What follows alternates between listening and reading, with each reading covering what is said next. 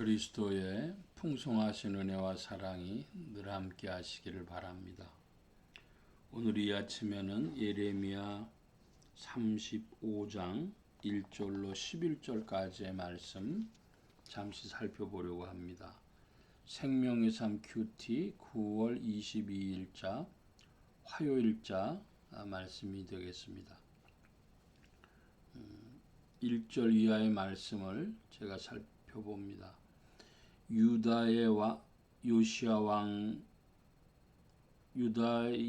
왕의 아들 여호야김 때에 여호와께로부터 말씀이 예레미야에게 임하여 이르시되 너는 레갑 사람들의 집에 가서 그들에게 말하고 그들을 여호와의 집 한 방으로 데려다가 포도주를 마시게 하라 하시니라. 이에 내가 하바시냐의 손자여 예레미야의 아들인 아마샤나와 그의 형제와 그의 모든 아들과 모든 레갑 사람들을 데리고 여호와의 집에 이르러 익다랴의 아들 하나님의 사람 하난의 아들들의 방에 들였는데 그 방은 고관들의 방 곁이요 문을 지키는 살룸의 아들 마아사의 방 위더라. 내가 레갑 사람들의 후손들 앞에 포도주가 가득한 종지와 술잔을 놓고 마시라 권하매 그들이 이르되 우리는 포도주를 마시지 아니하겠노라. 레갑의 아들 우리 선조 요나답이 우리에게 명령하여 이르기를 너희와 너희 자손은 영원히 포도주를 마시지 말며 너희가 집도 짓지 말며 파종도 하지 말며 포도원을 소유하지도 말고 너희는 평생 동안 장막에 살아라. 그리하면 너희가 머물러 사는 땅에서 너희 생명이 길리라 하였으므로 우리가 레갑의 아들 우리 선조 요나단이 우리에게 명령한 모든 말을 순종하여 우리와 우리 아내와 자녀가 평생 동안 포도주를 마시지 아니하며 살 집도 짓지 아니하며 포도원이나 밭이나 종자도 가지지 아니하고 장막에 살면서 우리 선조 요나단이 우리에게 명령한 대로 다 지켜 행하였노라. 그러나 바벨론의 느부갓네살 왕이 이 땅에 올라왔을 때에 우리가 말하기를 갈대아인의 군대와 수리아인의 군대를 피하여 예루살렘으로 가자 하고 우리가 예루살렘에 살았노라. 오늘 말씀을 보니까 레갑 자손이라고 하는 사람들의 이야기가 나옵니다. 성경에서 꽤 유명한 그런 이야기가 되겠습니다. 레갑 자손. 그 레갑 자손은 선조가 명한 것이 있죠. 요나답이라고 하는 사람이 자신들의 후손들에게 명령을 내렸는데 포도주 마시지 마라. 집도 짓지 말라. 파종도 하지 말고 포도원을 소유하지도 말라. 그랬습니다. 이게 무슨 의미인지는 정확히 모르겠습니다.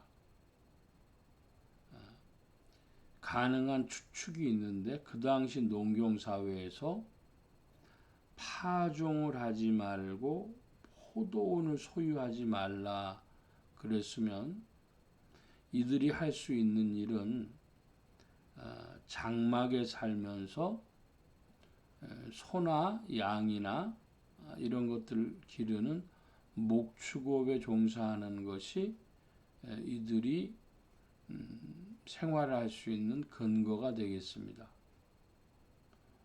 혹은 포도원이 아닌 밭, 밀밭이나 그 당시 이제 밀이 주산이었기 때문에 우리나라 시골에서는 논이죠. 그래서 밀밭을 그들이 가지고 있을 수 있습니다. 파종은 자신들이 하지 않는 조건으로, 즉 파종할 때는 사람들을 사서 파종을 하고 또 밀밭에서 추수를 거둘 수는 있었을 겁니다. 그런데 그것보다는 이들은 장막에 살면서 소나 양을 기르는 목축업에 종사했다. 그것이 좀 더 자연스러운 해석이 되겠습니다. 그런데 그 집을 짓지 말라 그랬으니까요. 장막에 살았다. 그 말은 요즘으로 바꿔 말하자면 너희들은 평생 농촌에 살아라. 그렇게도 이해할 수 있겠습니다. 도시에 살지 말고 평생 농촌에 살아라. 그리고 또 덧붙여서 이야기한다면은 포도주를 마시지 마라. 그것은 할 수 있는 가능한 범위 안이 되겠습니다. 지금 6절 말씀에 보면 너희 자손은 영원히 포도주를 마시지 말며 그랬습니다. 그러니까 포도주 마시지 마라.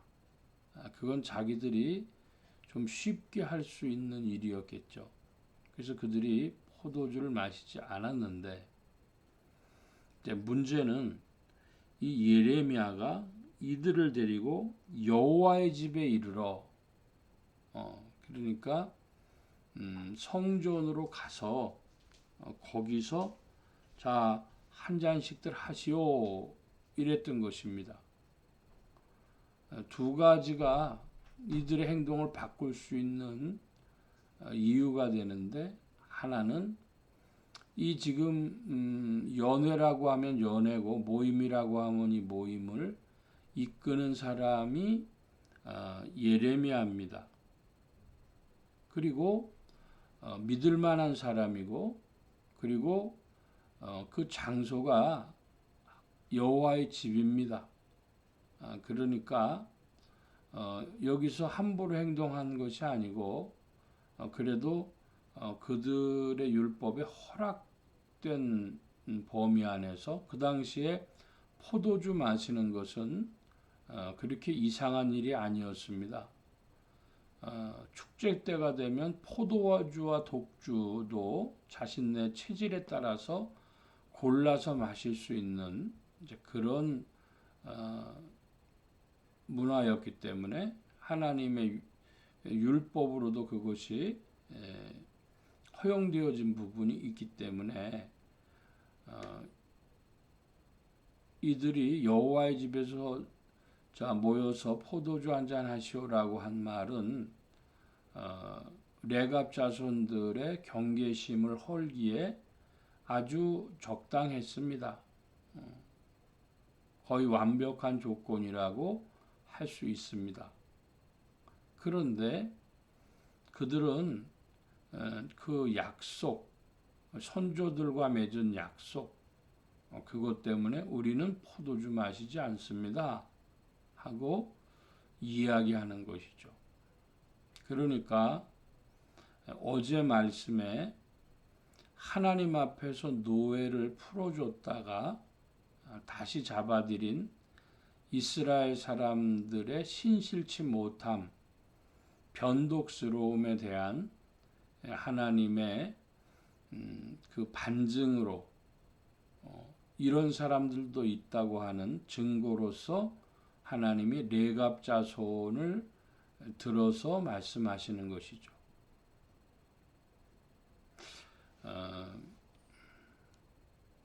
우리나라 사람들 중에 만약에 부모님이 너희들은 평생 도시에 살지 말고 농촌에 살아라 그렇게 이야기했다면 그 받아들일 수 있는 사람이 있을까요? 그런데 그렇게 살기로 작정을 하고 평생 그렇게 사는 일이 쉬울까요? 1960년대로부터 우리나라 사회가 도시화가 진행이 돼서 그 당시 꿈이 있는 젊은이들은 도시를 떠나지 말라 그러면 고향을 떠나지 말라 그러면 야반 도주를 해가지고 그래도 서울로 이렇게 몰려들고 살지 않았습니까? 그런데 평생 농촌을 지킨 집안들도 있는데 경제적으로도 수십 년 세월이 지나면서 농업도 요즘에 보니까 아주 많이 바뀌고 그래가지고 고소득을 올리는 농가들도 혹 있는 것을 봅니다. 그러니까 아마 농촌을 꾸준히 지킨 집들도 또 살 길이 있을 겁니다. 지금 말씀의 요점은 약속 지키는 거죠. 어제 말씀 중에 그 이스라엘 사람들이 노비를 하나님 앞에서 계약을 맺고 풀어줬다가 다시 이스라엘 백성들이 그들을 잡아들였습니다. 그것은 매우 하나님 앞에서 신실치 못한 행동이었고 약속을 지키지 않은 행동이었죠.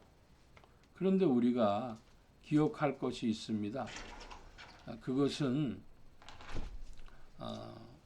하나님의 원의에 특별한 큰 도전이 됐는데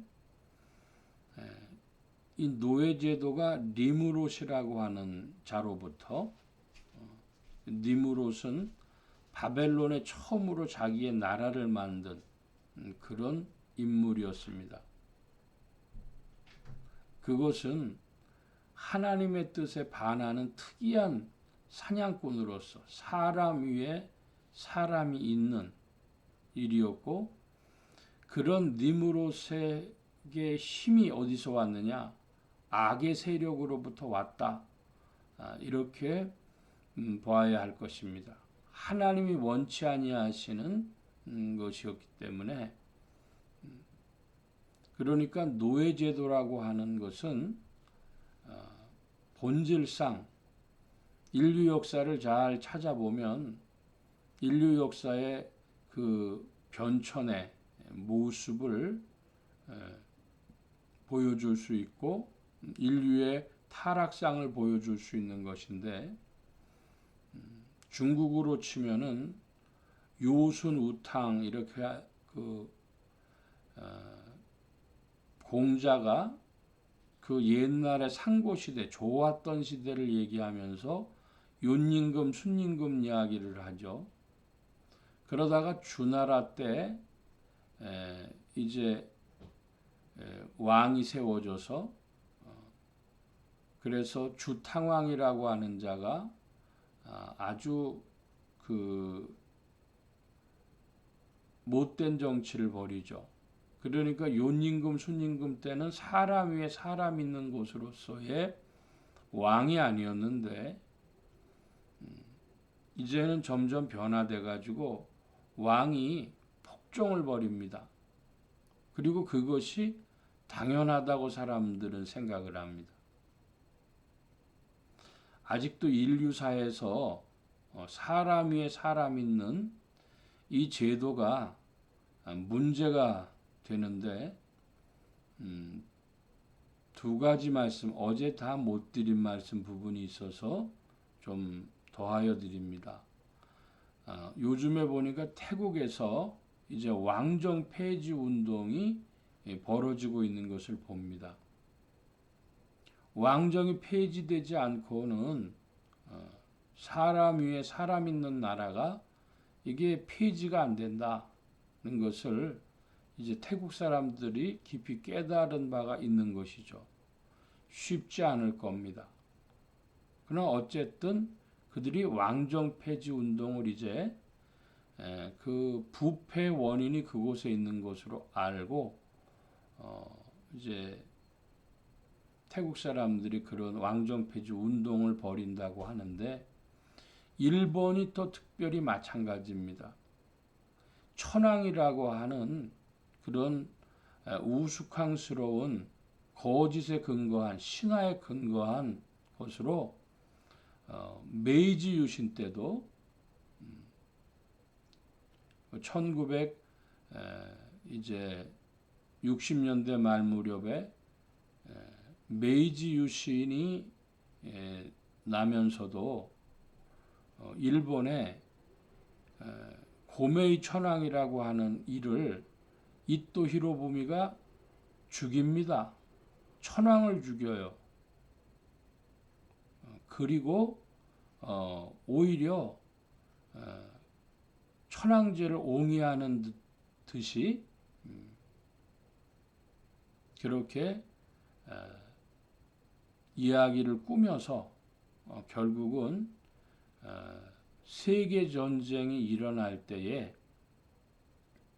그 천황이라고 하는 것을 앞세우죠. 그러니까 천황제는 일본의 사람 위에 사람 있는 귀족 세력의 그런 바지사장 노릇을 하는 겁니다. 일본의 천황제가 없어지지 않는 한 일본의 귀족과 기득권이 무너지지를 않고 그리고 일본의 부패가 사라질 수 없는 것이죠. 인류 역사는 니무롯으로부터 만들어진 이 바벨론 세력, 그래서 요한계시록에 보면은 음녀 바벨론이라고 하는 표현이 나오죠. 음녀 바벨론. 정치적인 의미에서든 종교적인 의미에서든 이 음녀 바벨론과의 싸움이 신앙의 한 축이 되겠습니다. 자기 내부와의 싸움도 있지만 외형적으로 이 음녀 바벨론의 싸움도 되어지는데 사실은 이 음녀 바벨론이 가능한 이유가 인간의 신실하지 못함 때문이고 바벨론의 르부갓네살 왕이 쳐들어왔을 때에 이 유대인들이 그 전에 보여줬던 신실치 못한 행동에 대한 하나님의 징계요 심판이었던 것입니다. 이스라엘 백성들이 하나님과의 맺은 언약을 만홀히 여기고 신실치 못하게 그 계약을 대했으므로 하나님께서 칼과 연병과 기근을 풀어놓으신 것입니다. 자유롭게 한 것입니다. 이제 오늘 말씀 정리합니다. 그 신실치 못한 이스라엘 민족에 대한 반증으로 이런 사람들도 있다 하면서 하나님이 내세운 이들이 레갑 자손이고 이 레갑 자손들로 말미암아서 이스라엘의 핑곗거리를 파괴하신 것이죠. 덧붙여 한 가지 말씀드리면 포도주 마시는 것 하나님이 허락하셨는데 본질로 보면은 이 술 마시는 것 신앙이 좋지 않습니다. 포도주 마시는 것도 그러합니다. 그러나 동시에 또 극단적으로 피해야 하는 그런 것은 아닌 것이 공동체적으로 이스라엘의 축제 때는 포도주뿐 아니라 독주까지라도 골라서 체질대로 마셔라. 그 기분 좋게 해라 그런 말씀이거든요. 그래서 포도주가 축제용 혹은 약용 그리고 마음 아픈 사람에 대한 위로용 이 세 가지 뜻이 있습니다. 그러나 본질적으로 멀리할 일입니다. 오늘날 기독교인들 중에 어떤 이들은 술 마시는 것을 극단적으로 반대하고 어떤 이들은 술 마시는 일을 아무렇지도 않게 생각하는데 이 좌우로 치우친 그런 개인 윤리로부터 성경이 말씀하고 있는 원의, 지금 포도주에 좁혀서 말씀드리는데 그것을 잘 헤아려 보는 신앙인들이 되시기를 바랍니다. 1년에 손으로 꼽을 정도로 혹 그런 경우가 있을지 모르지만 그저 일주일에도 몇 번씩 일주가 지나 한 주도 술 없이 지나가는 적이 없다 하는 그런 이들은 마땅히 반성해야 할 일입니다. 그리고 술 마시는 일이 기독교인이 괜찮다 하는 이들도 마땅히 반성할 일입니다. 그러나 또 그런 것에 대해서 기독교인은 술 마시지 않는다고 그렇게 극단적으로 반응하는 일도 맞지 않습니다. 하나님이 축제용, 약용, 위로용으로 허락하셨습니다. 그러나 신실한 신앙인이라면 그런 것들을 멀리하고 그리고 하나님의 은혜를 더욱 구하는 이들일 줄로 믿습니다. 오늘은 여기까지 말씀 살펴보겠습니다. 기도합니다. 만복의 근원 되신 하나님 감사합니다. 함께하여 주셔서 오늘도 은혜 중에 우리의 삶이 있는 것을 깨닫고 하나님과의 언약의 관계에 우리가 있는 것을 깨닫고 그리스도 안에서 신실한 자들이 되어지도록 힘쓰게 하여 주시며 성령님 붙드시고 도우시고 인도하여 주옵소서. 온 교회와 성도들과 죄종들이 함께 하심에 예수 소망교회와 온 성도들과 부족한 종에도 함께 하여 주사 복음 전파와 영혼 구원하는 일에 주 안에 쓰임 받으며 더욱 신실한 자가 되어지도록 약속에 충실한 자가 되어지도록 힘쓰게 하여 주시고 성령님과 함께 전진케 하여 주옵소서. 오늘도 도우심을 구하며 감사하며 의지하올 때에 예수 그리스도의 이름으로 기도하옵나이다. 아멘. 하늘에 계신 우리 아버지여, 이름이 거룩히 여김을 받으시오며 나라의 임하옵시며 뜻이 하늘에서 이루어진 것 같이 땅에서도 이루어지이다. 오늘날 우리에게 일용할 양식을 주옵시고 우리가 우리에게 죄 지은 자를 사하여 준 것 같이 우리 죄를 사하여 주옵시고 우리를 시험에 들게 하지 마옵시고 다만 악에서 구하옵소서.